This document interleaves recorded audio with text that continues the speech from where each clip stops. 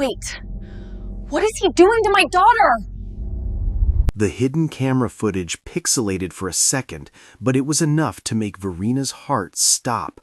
There was Lucas, the janitor she barely trusted to touch her floors, now pinning her paralyzed daughter to the rug.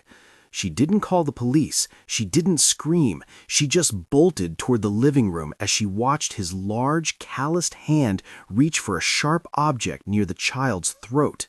But as she burst through the doors, the sound she heard wasn't a cry for help.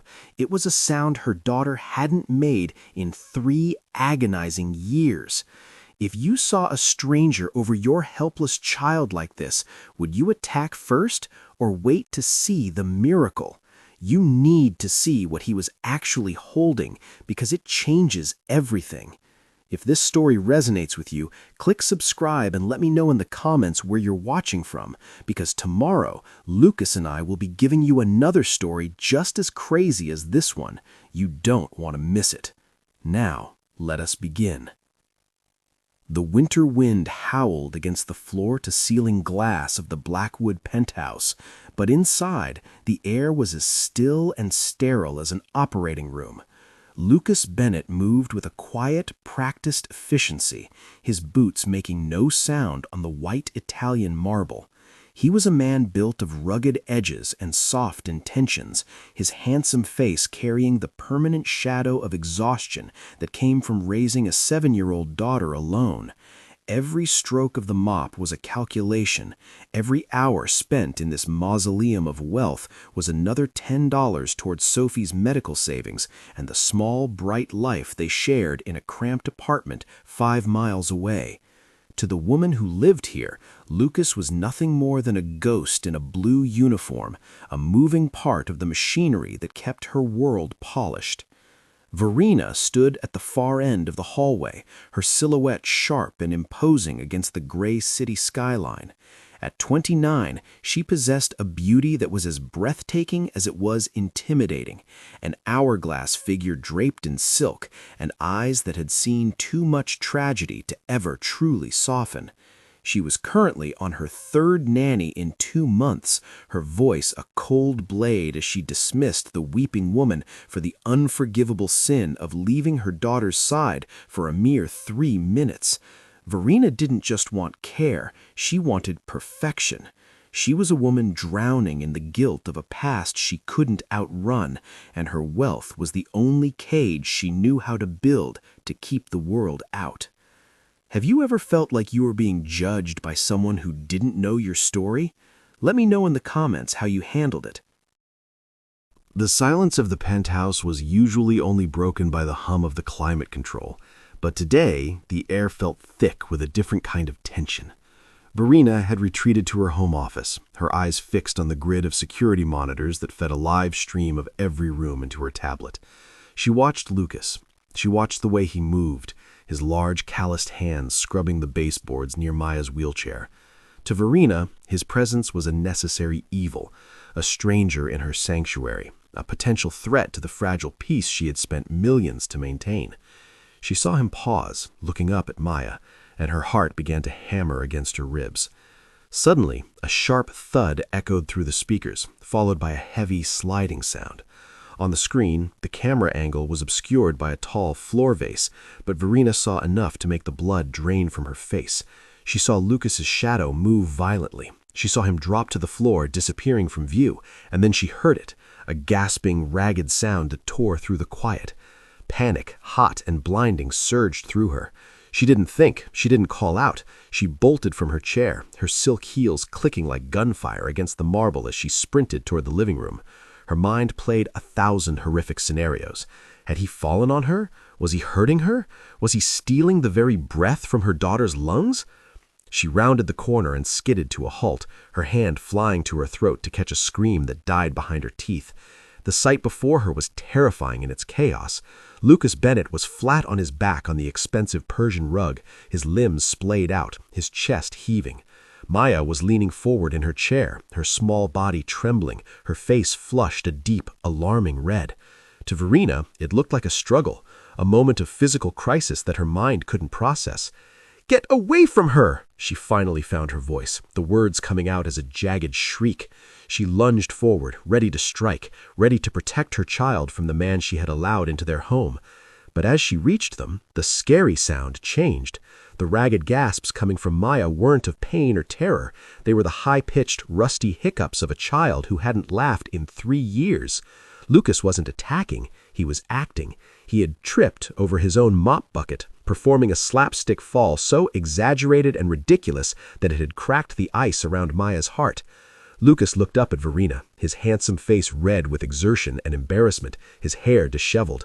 He was a man of dignity, yet here he was, playing the fool on the floor of a billionaire's home just to see a paralyzed girl smile. The scare began to melt into a confusing, heart-aching realization. The janitor had done in 10 minutes what a dozen high-priced therapists couldn't do in a lifetime. Verena stood paralyzed, her chest heaving as the adrenaline of her panic slowly turned into a cold, prickly embarrassment. The sound of Maya's laughter, thin and fragile like breaking glass, should have been a miracle, but to Verena it felt like a loss of control. She looked down at Lucas, who was still sprawled on the rug, and her eyes hardened. "Get up," she commanded, her voice trembling with a mixture of residual fear and wounded pride. "What on earth do you think you're doing? You're here to clean, not to engage in theatrics. Do you have any idea how dangerous that was? She could have fallen. She could have been startled into a seizure." Lucas rose slowly, his movements fluid, despite the sharp sting of her words. He brushed a stray bit of lint from his blue uniform, his gaze steady as he looked at the woman who seemed to find a problem with her daughter's joy. "She was just watching the rain, ma'am," he said softly, his voice grounding and deep. "She looked like she was 1,000 miles away. I thought she might like to come back to the room for a minute." He didn't raise his voice, but the quiet strength in his tone made Verena feel smaller than she cared to admit. He wasn't just a janitor in that moment. He was a father who understood a child's needs better than the woman in silk. Verena turned away, unable to meet his eyes. She walked over to Maya, checking her pulse with clinical precision, ignoring the way Maya reached out a small hand toward Lucas. "It won't happen again," she snapped, her back to him.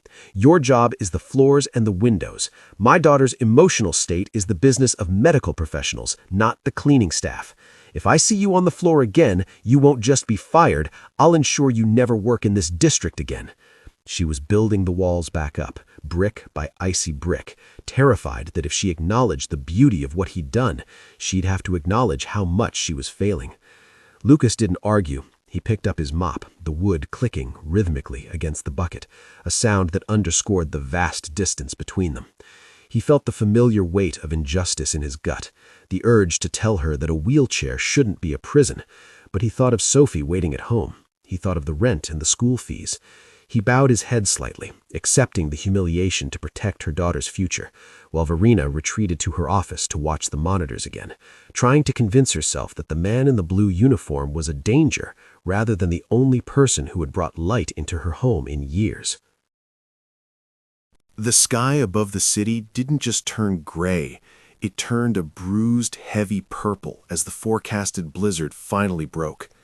Within an hour, the world outside the penthouse windows vanished into a swirling white void. The wind lashed against the glass with such ferocity that the massive building seemed to groan under the pressure. Lucas was packing his supplies, anxious to get to the subway before the lines froze, when the building's intercom crackled to life. The concierge's voice was strained. The city had declared a state of emergency, all public transit was suspended, and the roads were being closed to non-emergency vehicles. Lucas was stranded. Verena paced the length of the kitchen, her phone pressed to her ear as she listened to a series of frantic voicemails. The night nursing staff, the highly trained team she paid a fortune to monitor Maya, were stuck on the highway 6 miles away. For the first time since the accident, Verena was truly alone with the physical demands of her daughter's care. She looked at the heavy motorized wheelchair, then at the complicated lift system in the bedroom, and finally at her own trembling hands.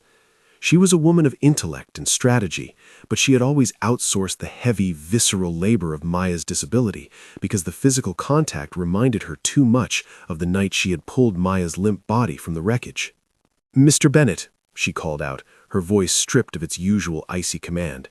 Lucas appeared in the doorway, his coat already on, his rugged features shadowed by worry for Sophie. "The roads. My staff can't get here, and I can't move her on my own." She hated the admission of weakness, the way her voice cracked on the final word. She was a billionaire in a glass tower, yet she was powerless to move her own child from a chair to a bed. Lucas saw the genuine terror in her eyes, a look that stripped away the class divide and left only a frightened parent. He didn't hesitate. He shed his coat and moved into the room, his presence immediately settling the frantic energy in the air. "I'll stay," he said simply. "Show me what needs to be done." For the next several hours, the penthouse became a different kind of space. The rich mom and the janitor were forced into a rhythmic, intimate dance of care. Lucas used his strength to assist with the transfers, his calm instructions guiding Verena's hands as they worked together to bathe and prepare Maya for sleep. They were inches apart, their breath mingling in the quiet room, the sound of the storm outside making the luxury apartment feel like a small, isolated island. The friction between them remained, but beneath it, a new, reluctant current of respect was beginning to flow. By midnight, the blizzard had turned the penthouse into a silent, white cocoon. Maya had finally drifted into a peaceful sleep, her breathing rhythmic for the first time in days. Verena sat at the kitchen island, her fingers trembling as she gripped a mug of tea that had long since gone cold. Lucas stood by the window, watching the snow bury the city. The sterile mask of the billionaire had slipped, revealing a woman who looked exhausted and profoundly fragile. "How do you do it?" Verena asked, her voice barely a whisper cutting through the heavy silence. "The way you handled her. You didn't look at her like she was broken. You looked at her like she was just a little girl." Lucas turned, the soft amber light of the kitchen highlighting the weary lines around his eyes. "Because she is just a little girl, Verena," he said, using her name for the first time. He pulled a worn leather wallet from his pocket and slid a photo across the marble. It showed a younger Lucas laughing as a tiny girl with messy pigtails climbed his shoulders. "That's Sophie. Her mom passed away when she was 3. It's just been us ever since. I've spent the last 5 years terrified that I'm not enough, that my hands are too rough, or my life is too small to give her what she deserves." Verena touched the photo, her eyes shimmering. "At least you can hold her without feeling like the reason she's hurting." She choked back a sob, the confession she had kept locked behind a billion-dollar fortress finally spilling out. "Mr. Lucas, I was the one driving. 3 years ago, I was on a conference call, distracted for 1 second, and then the world turned upside down. Every time I look at Maya's legs, I see my own failure. I thought if I could just keep her perfectly safe, perfectly clean, I could fix what I broke. But I've just been keeping her in a different kind of wreckage." Lucas moved closer, not as an employee, but as a man who knew the weight of a heavy heart. He didn't offer empty platitudes. Instead, he pointed towards the living room where they had been on the floor earlier. "Safety isn't the same as living, Verena. I work 3 jobs so Sophie can have a future, but if I don't give her my time and my joy, I'm just a bank account. Maya doesn't need a perfect mother. She just needs the one who was in the car with her to come back." The subtext hung in the air.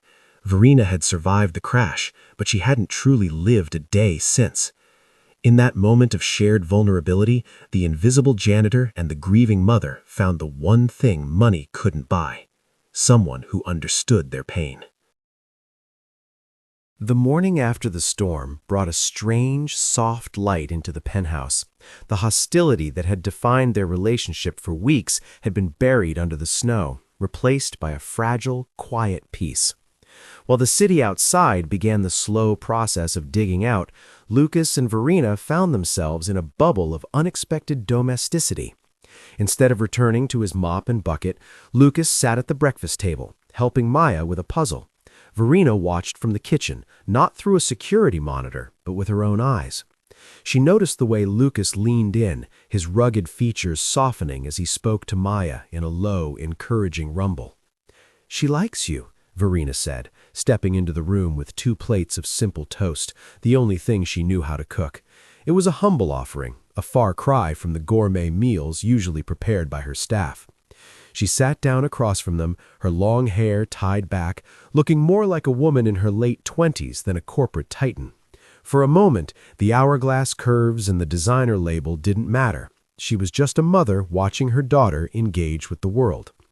Lucas smiled, and for the first time, Verena noticed how truly handsome he was. Not just the clean, rugged look of his face, but the genuine kindness that radiated from him. "She's a fighter," Lucas replied, gently nudging a puzzle piece toward Maya's hand. "She just needed someone to stop being afraid of her silence." He then did something that surprised Verena. He pulled out his phone and initiated a video call. A moment later, Sophie's bright, energetic face filled the screen. "Maya, I want you to meet my best friend," Lucas said. The two girls, separated by miles and circumstances, stared at each other through the glass. Sophie began telling a rambling story about a stray cat she'd seen, and to Verena's absolute shock, Maya let out a small, melodic hum of interest. The tension that usually lived in Verena's shoulders began to dissolve. She and Lucas talked, really talked, about things other than cleaning schedules or medical charts. They laughed about Sophie's obsession with space and Verena's secret love for trashy reality TV. In that safe, quiet space, the air felt charged with a slow-burn connection, a realization that despite the millions of dollars between them, they were two lonely souls who had finally found a witness to their struggle. For a few hours, the penthouse wasn't a glass cage, it was a home. But even as Verena felt her heart opening, a small voice in the back of her mind whispered that such a beautiful thing couldn't possibly last. The fragile peace of the penthouse was shattered not by the storm, but by the sharp, rhythmic rapping of knuckles against the heavy oak door. The city had cleared the main roads, and with the thaw came the return of the world Verena had tried to shut out. Into the room strode Julian, Verena's business partner and ex-fiancé, a man whose tailored suit cost more than Lucas earned in a year. He stopped dead, his eyes scanning the scene, the rich heiress sitting on a rug, messy-haired and laughing, while a man in a janitor's uniform sat inches away, his hand dangerously close to hers. "Verena, what is this?" Julian's voice was a cold splash of water. He didn't look at Lucas, he looked through him, as if he were a piece of furniture that had been moved out of place. "The nurses have been calling me for hours. They said the roads are clear, but you weren't answering. I see you've been occupied." He spat the last word with a venomous glance at Lucas's worn work boots. The old Verena, the one governed by optics and the crushing weight of her family's reputation, sat up straight, her face instantly resetting into a mask of stone. "The storm, Julian. Mr. Bennett was trapped. He helped with Maya." "He helped?" Julian laughed, a dry, mocking sound. He walked over to the table and picked up Lucas's phone, which was still displaying a photo of Sophie. "You've let a service worker into our private life, Verena. Look at this. He's probably already taking pictures of the place to sell to the tabloids, or worse." He turned to Lucas, his face contorted with elitist rage. "You've had your fun, janitor. Collect your things and get out before I have the police escort you for trespassing." Lucas stood, his jaw tight, his dignity a palpable force in the room. He looked at Verena, waiting, hoping for her to speak, to defend the bridge they had built. But Verena stayed silent, her eyes fixed on the floor, the old fear of being judged by her peers paralyzing her again. The silence stretched until it became a betrayal. Lucas felt the familiar bitter sting of his place in the world. Without a word, he grabbed his coat and his supplies. As he walked toward the door, he heard Julian whisper loudly, "Honestly, Verena, have some standards. The help is here to clean, not to play house." Lucas didn't look back, but the sound of Maya starting to wail behind him tore a hole in his chest. If you were Lucas, would you ever go back to a place where you were treated like that? Tell me in the comments. The penthouse had never felt more like a tomb. After Julian's departure, Verena sat in the oppressive silence of her gold-leafed living room, the security monitors glowing like cold, judgmental eyes. She watched the footage from the previous night, not out of suspicion, but out of a desperate, aching need to see the woman she had been when Lucas was there. On the screen, she saw herself laughing. She saw the way Lucas had looked at her, not as a bank account or a tragic headline, but as a woman worthy of a second chance. She looked at Maya, who was currently refusing to eat, her small face turned toward the door as if waiting for a miracle that wasn't coming back. Verena looked at the contract for her upcoming merger on the desk, then at the empty spot on the rug where Lucas had tripped to make Maya laugh. She realized that Julian's world, the world of standards, optics, and the help, was the very thing that had kept her paralyzed long after her physical wounds had healed. She was alone with a choice. She could stay in her glass cage, protected by her pride and her money, or she could step into the cold and fight for the only light she had seen in 3 years. Her heart raced as she realized she didn't even have his phone number. All she had was the name of the cleaning agency and the memory of a rugged man who loved his daughter more than his own comfort. Meanwhile, across the city, Lucas sat in his dim kitchen, the sound of the radiator hissing in the background. Sophie was asleep, but Lucas couldn't close his eyes. He felt the phantom weight of Maya's small hand in his and the memory of Verena's soft laugh.